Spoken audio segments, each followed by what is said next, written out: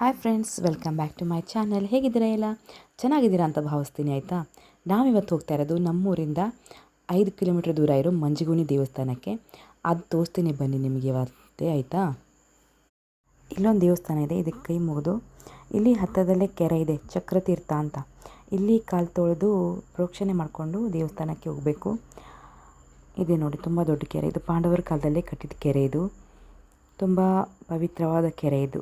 ಇಲ್ಲಿ ವರ್ಷಕ್ಕೊಮ್ಮೆ ತೆಪ್ಪೋತ್ಸವ ಅಂತ ಮಾಡ್ತಾರೆ. ಪೂರ್ತಿ ಕೆರೆಗೆ ಲೈಟಿಂಗ್ಸ್ ಎಲ್ಲ ಸರೌಂಡ್ ಎಲ್ಲ ಲೈಟಿಂಗ್ಸ್ ಎಲ್ಲ ಹಾಕ್ತಾರೆ. ತುಂಬ ಚೆಂದ ಕಾಣುತ್ತೆ ಕೆರೆ ಮಾತ್ರ, ಸೂಪರಾಗಿರುತ್ತೆ. ಇಲ್ಲಿ ಮತ್ತೊಂದು ವಿಶೇಷ ಏನು ಗೊತ್ತಾ, ಈಗ ಚೈತ್ರ ಪೂರ್ಣಿಮೆ ಅಂತ ಬರುತ್ತೆ, ಈಗ ಏಪ್ರಿಲ್ 2 ಆ ದಿನ ಇಲ್ಲಿ ರಥೋತ್ಸವ ನಡೆಯುತ್ತೆ.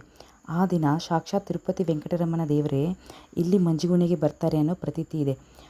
ಇದಕ್ಕೆ ಪುಷ್ಟಿ ನೀಡುವಂತೆ ಅಂದು ತಿರುಪತಿಯಲ್ಲಿ ಪೂಜೆ ನಡೆಯಲ್ಲಂತೆ ದೇವಸ್ಥಾನದಲ್ಲಿ. ಅದು ನಿಜ ಅಂತಿದ್ದಾರೆ, ಇವಾಗಲೂ ಅದು ಹಾಗೆ ನಡೀತಾ ಇದೆಯಂತೆ.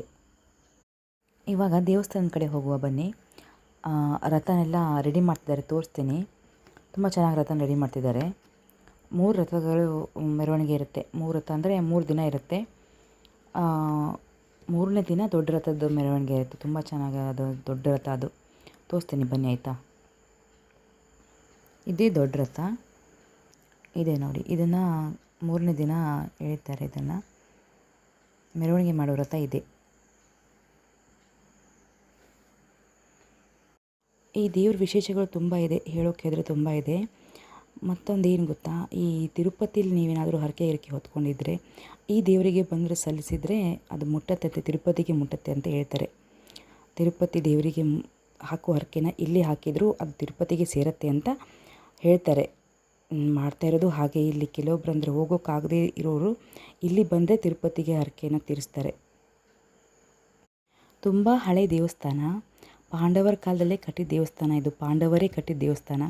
ತುಂಬ ಚೆನ್ನಾಗಿದೆ. ಒಳಗಡೆ ನೋಡೋಕ್ಕಂತೂ ಪೂರ್ತಿ ಕಲ್ಲಿಂದನೇ ದೇವಸ್ಥಾನ ಕಟ್ಟಿದ್ದು. ಆಯಿತಾ, ನೋಡಿ, ನೀವು ಗೊತ್ತಾಗತ್ತೆ ನಿಮಗೆ. ತೋರಿಸ್ತೀನಿ ಬನ್ನಿ, ಒಳಗಡೆ ಹೋಗುವ. ಆಯಿತಾ, ವಿಡಿಯೋ ಇಷ್ಟ ಆದರೆ ಕೊನೆವರೆಗೂ ನೋಡಿ, ಎಲ್ಲೂ ಸ್ಕಿಪ್ ಮಾಡಬೇಡಿ. ಹಾಗೆ ನಮ್ಮ ಚಾನಲ್ಗೆ ಸಬ್ಸ್ಕ್ರೈಬ್ ಆಗಿಲ್ಲ ಅಂದರೆ ಸಬ್ಸ್ಕ್ರೈಬ್ ಆಗಿ. Thank you so much. ದೇವಸ್ಥಾನನ ನೋಡಿ. ಆಯಿತಾ, ಫುಲ್ ತೋರಿಸ್ತೀನಿ ದೇವಸ್ಥಾನನ.